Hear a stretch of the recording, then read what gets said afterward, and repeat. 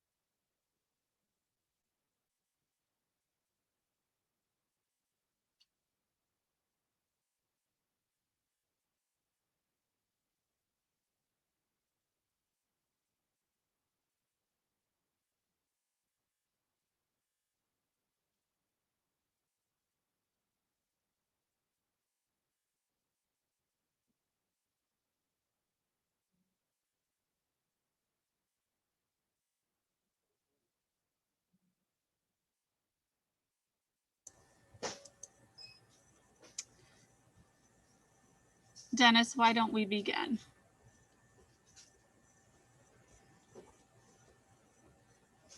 Good afternoon. I'm Dennis Galucki, and welcome to the 396th Imagine Greater Buffalo program and another virtual Imagine program hosted by the Buffalo and Erie County Public Library. Thank you so much for joining us today. This program is created by ImagineLifelongLearning.com and the Center for the Study of Art and Architecture, History, and Nature, or C-SAAHN, as I like to pronounce the acronym. We're going to start with our speaker shortly, but first, a little housekeeping. Everyone watching will be muted during our speaker's presentation, which will last about 15 minutes or so. We'll have some time for questions at the end. If you have a question, please type it into the chat box, and we'll get to as many as we can. This program is being recorded. You'll be able to watch it again later on the library's Facebook and YouTube channels, pages, and we encourage you to share the link for those resources with your networks. As a reminder, we'll be here on Zoom every Tuesday at 12:30 p.m. with a great lineup of local speakers and using the same link. Now, today is the third Tuesday of the month. So our primary theme is history and future. We look back so we better can understand as a community where we're heading and imagine it. And our secondary theme is Imagine Greater Buffalo as a premier cultural and nature center. Our featured speaker today is Doug Kohler. Doug is a local historian and author who has written extensively about early Western New York. In addition to teaching at Clarence Middle School, he has served as the Erie County Historian for the last 12 years. He has degrees in history and education from Canisius College. He has written 5 books on Clarence and edited the Hull House Bicentennial book. Additionally, he writes frequently for Western New York Heritage Magazine.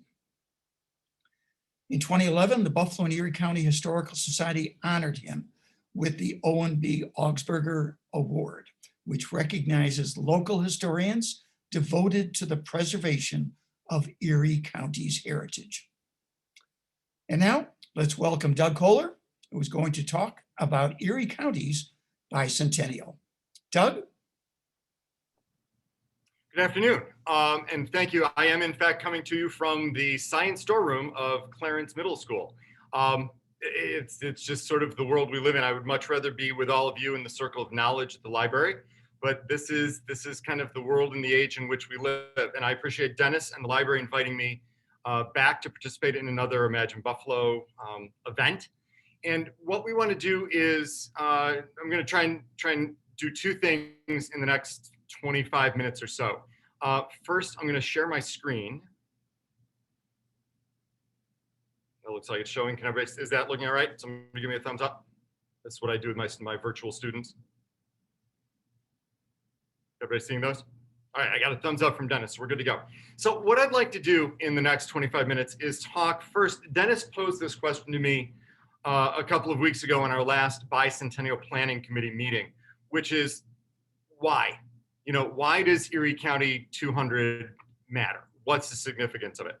So I want to take about 10 minutes, and I've been sort of refining this over the last week as I've been putting my pieces together. And then what I want to do is talk about, so it's kind of a where we are coming from and a where we're going in terms of what it is that we're trying to do with the bicentennial, some of the efforts that we've made, and what we envision coming in the next year-ish plus. Because obviously the pandemic has put a wrench in our plans, as it has in everybody's plans throughout the world, for that matter. So with that, Dennis's question was, why does this why does this matter? And the answer is, in one word, I would say legacy. Oh, wait. Legacy. Great. Legacy in terms of, I think, in a couple of ways. That idea of us being linked to history, and I know that every community throughout the United States, throughout the world, is going to say, but we have history, and that's certainly true. But having traveled extensively throughout the United States, our history is, I would like to think, is different. It's deeper, and it's extant. It exists. I remember, and I think it's one of the formative moments of sort of my becoming a local historian. Years ago, I went to Cleveland and wanted to go to the Millionaires Row to see the Rockefeller Mansion. I went to the Western Reserve Historical Society and I said, how do I get to Millionaires Row? And they said, oh, well, you go down, down, it's over by Cleveland Clinic, and look for the White Castle. I said, oh. I said, does Millionaires Row start next to the White Castle? And they said, no, that's where it was, where the White Castle is. And that was sort of that moment of revelation that, Cleveland has history and all of these places have history, but so much of it has been changed and in a lot of ways is no more, whereas our history still is. And so to me, it's that legacy that was bequeathed to us, by previous generations that we are fortunate, and I think in the last 20 years have begun to rediscover, to figure what it means to us, whether it's the canal space or architectural, buildings or all those sorts of things. And how does that represent not just our past, but a bridge to, I think, a very vibrant future for, Western New York, for Buffalo, for Erie County. So I just thought I'd talk for a quick moment about, what are some of those legacy pieces? Clearly the canal is one. And I would, we know the Bowstring Bridge if you go to Canal Side and the foundations that are there. And thankfully they are there, that they weren't reburied because, the weather would cause them to explode, and that we get to see, and experience and walk through history, not a recreation of, but, trace the actual footsteps through those historical points. But again, in that legacy that it all connects, this is the Bowstring Bridge as it actually looked. And so where we don't have those the actual historical pieces, and we have far more of them than I often think we realize, we've recreated those pieces in ways that meaningfully connect this legacy of what was to what is to, I think, what can be as we go forward into the future. So the canal is certainly, and that's something that many of us are in ongoing discussions about. Again, I fear that we're going to lack, a New York State Canal Bicentennial Commission, but there is a strong and active group here on the western terminus of the canal that is already discussing, what is our piece going to look like in 2025 when we get to that bicentennial. And again, that speaks to this idea of legacy, that the county bicentennial matters because it's part of not just a finite 200 years, but it's simply a milepost that we're at 200 years, but we're moving into the next 25, the next 50, the next 100. So the canal is part. And I wanted to mention just quickly on that. The Explore and More has done an amazing thing down at their water level piece. They've put what local historians all refer to as the golden point, a marker for where the canal met the commercial slip, and which actually became the link between the Great Lakes and points west to the canal and points east. And they've got this beautiful marker right in the sidewalk outside the cafe on their terrace level. And if you haven't seen it, next time we're able to get out and travel, get down and take a look for that. One of the legacy pieces that we on the committee are thinking about, and I think often gets overlooked because it's in some ways less tangible, is this idea of social movements. And because the Underground Railroad, people always say to me, as a local historian, people always say, oh, my house was on the Underground Railroad. And I have to be honest, if I had $1 for everybody who told me their house had been a stop on the Underground Railroad, I wouldn't need a virtual background. I would have enough money to be coming from the Bahamas. And as a local historian, you never want to sort of invalidate that because there is much we don't know. But as I said, if every house that I had been led to as a stop on there, then there was nothing but Underground Railroad. But that doesn't diminish the significance of what that means to us, to the area. Both through Millard Fillmore and sort of what his legacy is as president, signing the Fugitive Slave Act, which is why the Underground Railroad comes through Buffalo, because now enslaved people have to get to Canada to be free in a way they hadn't before Millard Fillmore and the Act of 1850. And certainly, I think, the way in which we celebrate it here, whether it's in Lewiston with their monument or through the history of the Michigan Street Baptist Church or the tours, the sites, and just simply the knowledge that we were sort of that ending point, and we'll talk about the lantern as a symbol in a minute when I show you sort of the bicentennial logo iterations.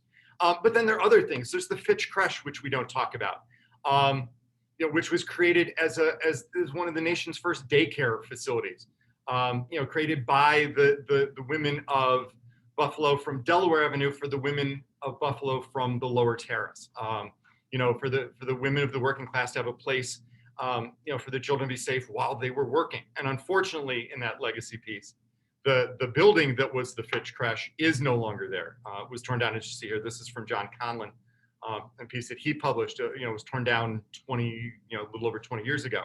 But again, that's a story that we don't tell, and one that I think, as the Bicentennial Committee, we're very aware of and making sure that we tell, in addition to those others, is the Niagara Movement, and this idea that the forerunner of the NAACP was born here in Western New York.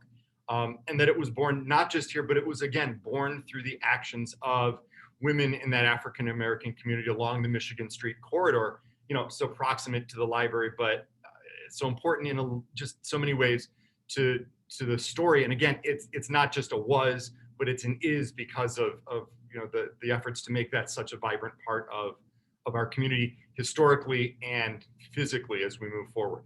So that's, and again, because those often lack landmarks in the same way that other pieces do, that becomes a how do you tell it? How do we make sure that gets included, not forgotten? And then one of my favorites, while my specialty is early West New York, I also think we miss this, where I think we're doing a better job of talking about, in Mark Twain's words, the Gilded Age, though he probably meant it with a little more pejorative feel than we want to give it. But it speaks to that. It's that Buffalo at the turn of the century. It's when Buffalo was 8th largest city in the country, when it was millionaires and industry and mansions. And I've always said that you go to Europe and you travel and they talk about, I was thinking of Florence, and sort of how the Medicis became patrons of the arts, and that the arts flourished in Florence because the Medicis were financial backers. And we have that in a different but just as tangible way as part of our legacy, and that's the architecture and the art, that because we had millionaires on Delaware Avenue, that money gets channeled back into our civic well-being in buildings that we still have today.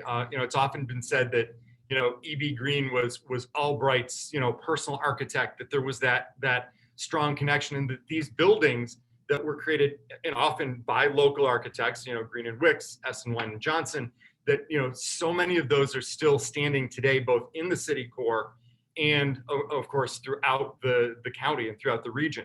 We don't often think of George Carey, but not only did he do the History Museum, but other buildings. That's always my favorite view. The Bridge of the Three Americas, in front of it was the city's gift to the Pan American Exposition. Clarence has the clubhouse that was done in arts and crafts style by S&Wine and Johnson. The electric tower, that's the homage to the electric tower of the Pan American Exposition. And I always love this because there's a great irony here. So this is the house of William Wicks, who was partnered with E.B. Green and Wicks. But I don't know, Melissa, if there's a way anybody can throw it in the chat and you can tell me, but does anybody know what house E.B. Green's house faces? Because you have E.B. Green, William Wicks, this very staid, formal, half Tudor, staid architecture. Melissa, Doug, we have someone in the chat who says Martin House. Exactly. And someone else as well.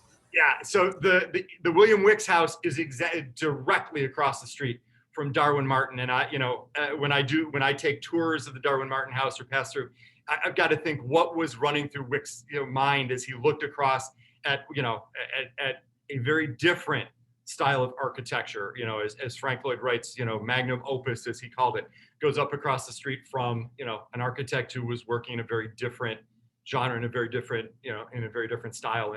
And that dichotomy has always fascinated me of the old literally across the street from the new. So that, that architecture is a legacy in that sense of, the millionaires, being the patrons of not just local, but then the Sullivans, the Richardsons, the Wrights, and what that legacy means to us, that it's still intact and has become such a mover of West New York as we go forward. All right. Obviously the Pan Am, is a legacy piece, and our position, our location.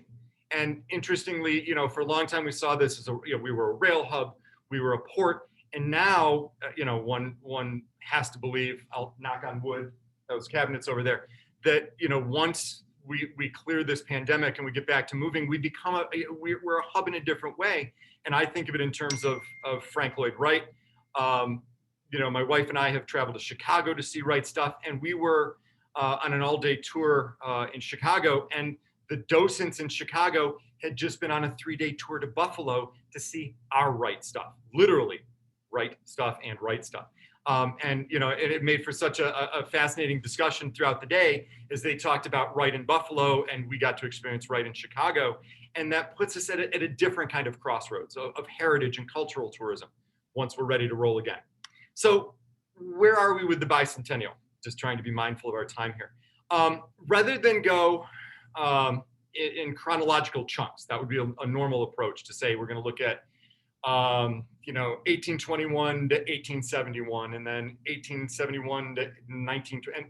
But our concern was we didn't want to get exclusionary, that not every community would have something that fits into that first 50 years, because communities were still defining themselves in that period or later on. And so rather, we've tried to approach the bicentennial thematically. We had different hopes for this before the pandemic, but we still view this as our best organizational structure.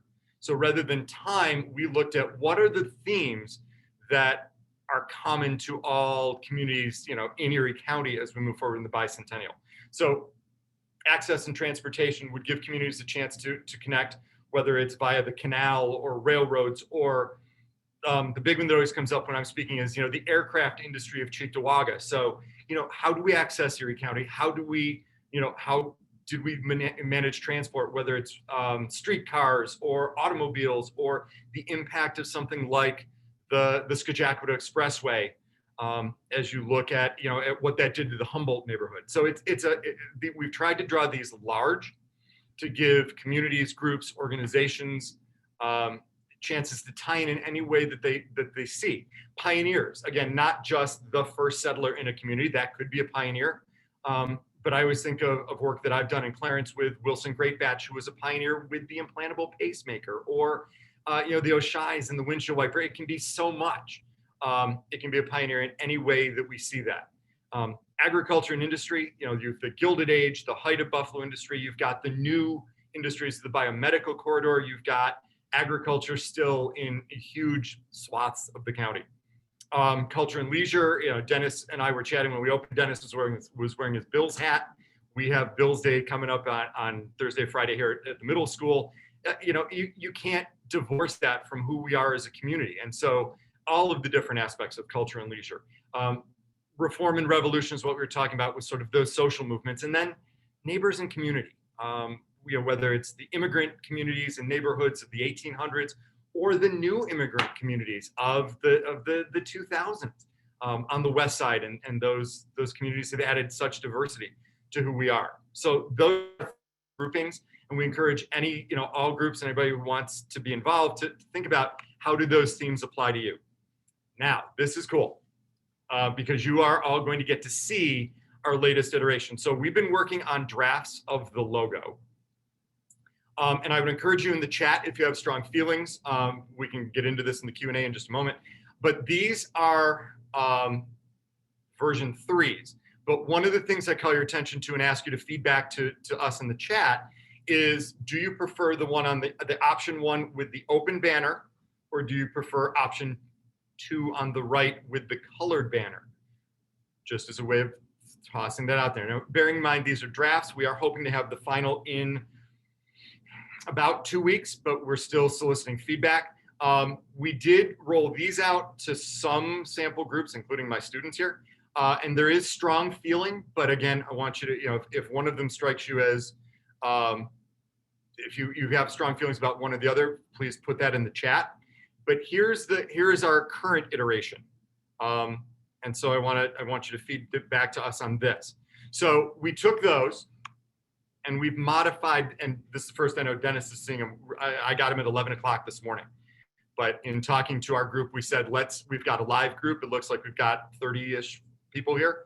But so what we did is we sort of took those ideas.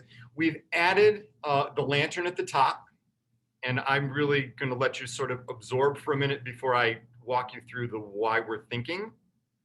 But you notice that the lantern is new to this iteration, and so is the buffalo. Our question here is, our social media hashtags will be EC200, obviously. Does the logo work with that as the main push? Does the logo work better, Erie County Bicentennial, with the dates bracketing it? Do we like the lantern with the lightning bolts in color or so? So just whatever, and I will try and be, this is the one thing I struggle with as a teacher, is I'm going to try and be quiet for about 20 seconds and just sort of let you look and think and feedback. And then I've got one more thing for you to look at. So Doug, I'll tell you, the responses right now are kind of let's say we've got 4 for the logo on the left and 2 for the logo on the right. Okay, good to know. And what I have some other, that's good. Thanks, Melissa, for letting me know. 3 more for the one on the left now. The one on the left seems to be, all right. Definitely the most popular one. Okay. I'll give you some framework on our thinking.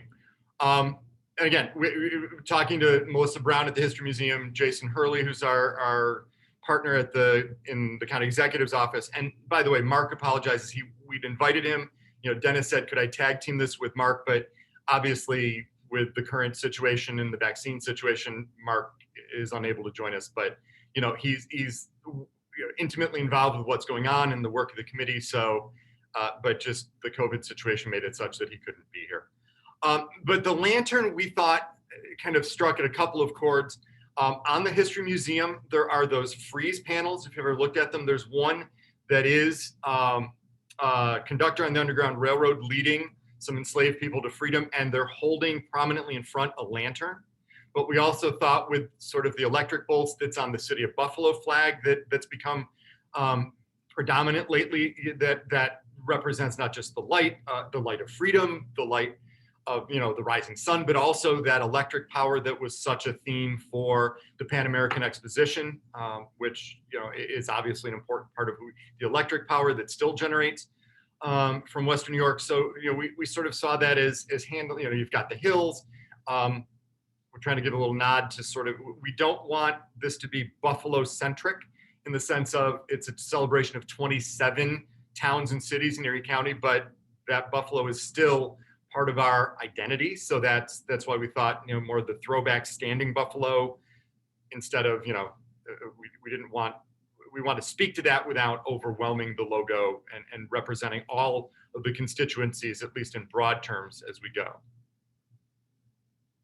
All right, any other, so I encourage you, I'm going to show you one other piece that could go with this. If you have other thoughts, please put them in the chat. Melissa will share those with me and we will get those back to the committee as we sort of enter our final round of refinements on this. This would be one other option for the banner.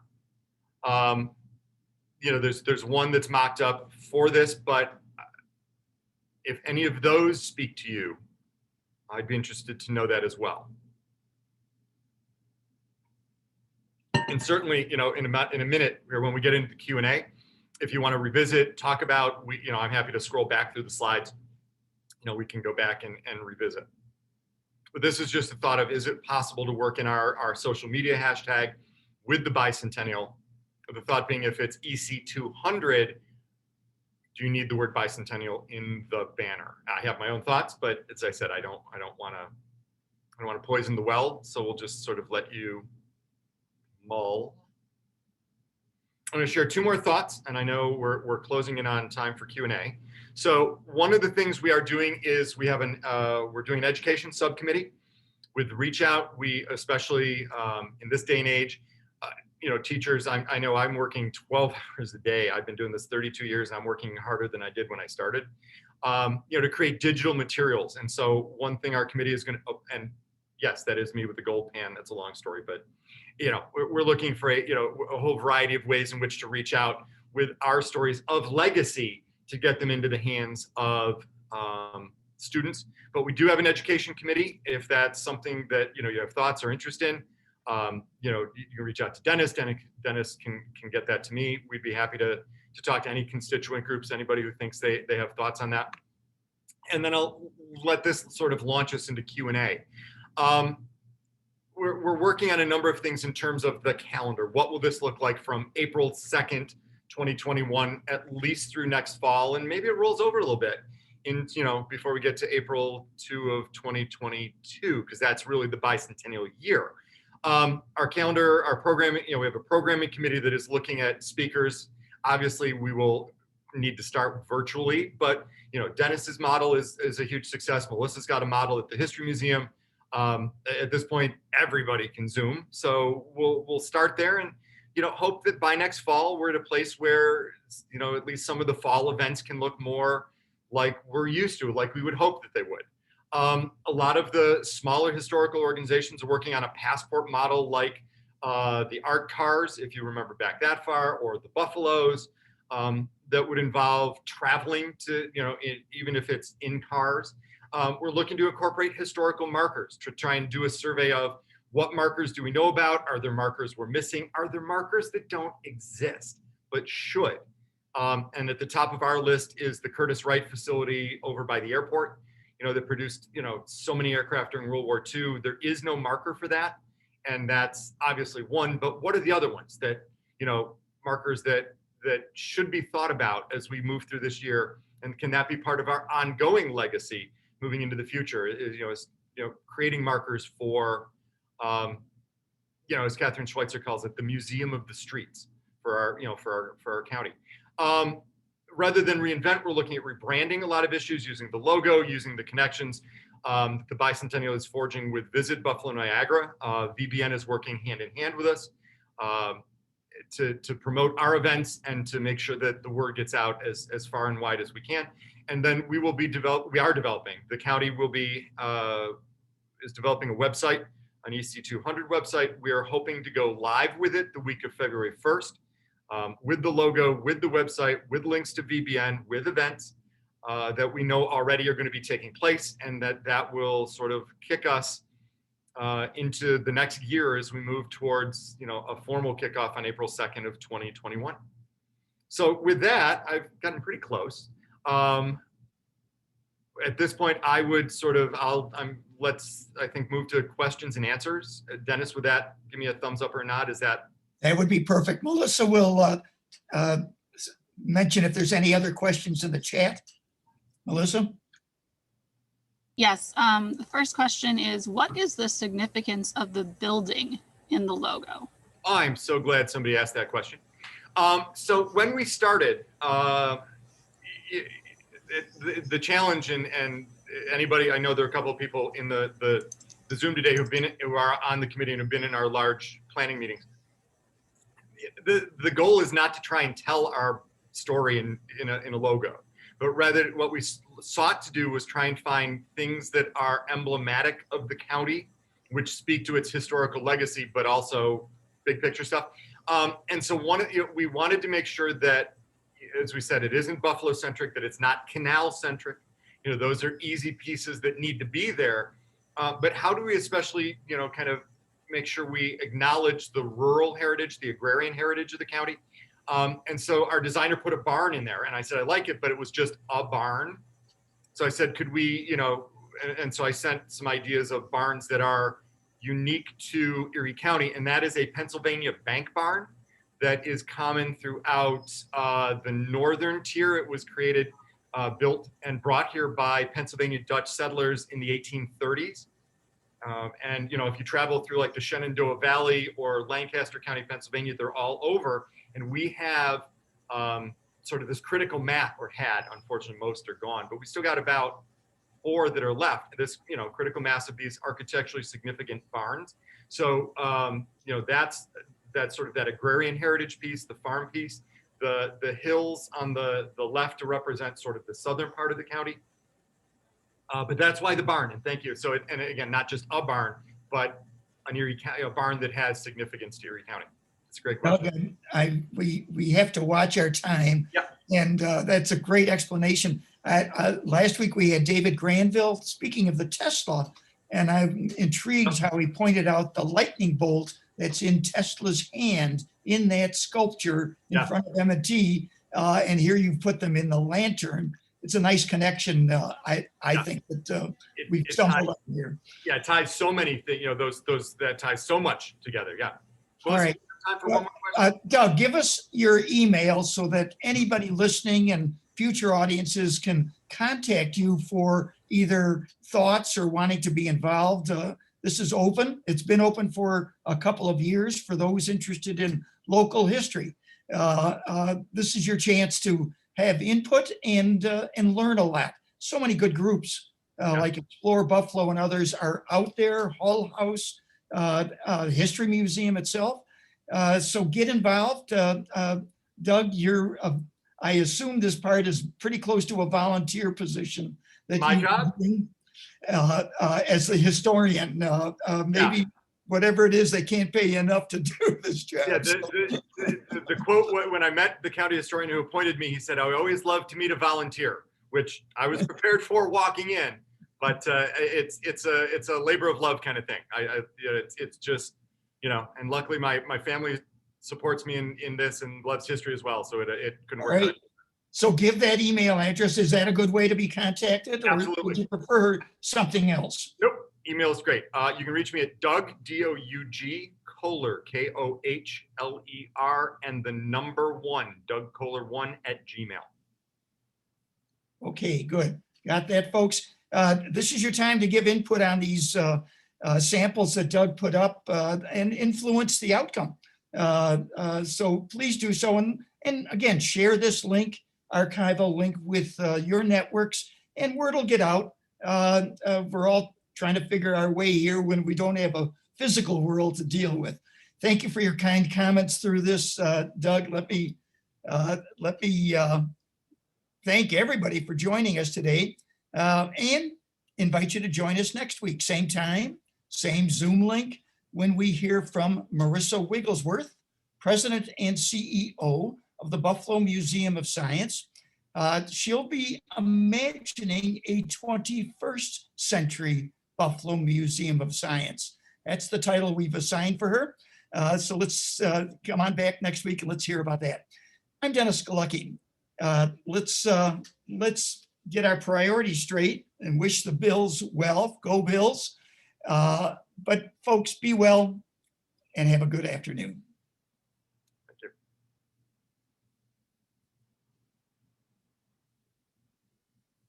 Melissa, can you, if there's anything really significant